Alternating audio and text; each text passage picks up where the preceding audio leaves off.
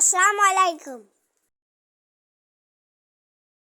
আজকে আমার মানে পুয়া পিঠা বানাইছে, খেতে খুব টেস্টি। গুড় দিয়ে বানাইছে। শীতের পিঠা খেতে খুব মজা। গুড়া, খেজুরের গুড়, গরম পানি, লবণ ব্যাটার তৈরি করা হয়েছে। তুলায় বেঁধে নেওয়া হচ্ছে। ভালো লাগলে লাইক দেবেন আর সাবস্ক্রাইব করতে ভুলবেন না। আরো পিঠা তৈরি করা নিয়ে হচ্ছে। ব্যাটার ঢেলে দিচ্ছি। এখন দেখো ফুলে ফুলে উঠছে। এখন মজা মজা পিঠা ভিডিওতে সাবস্ক্রাইব করুন। খুব সুন্দর পোয়া পিঠা, তেলে ভাজা পিঠা।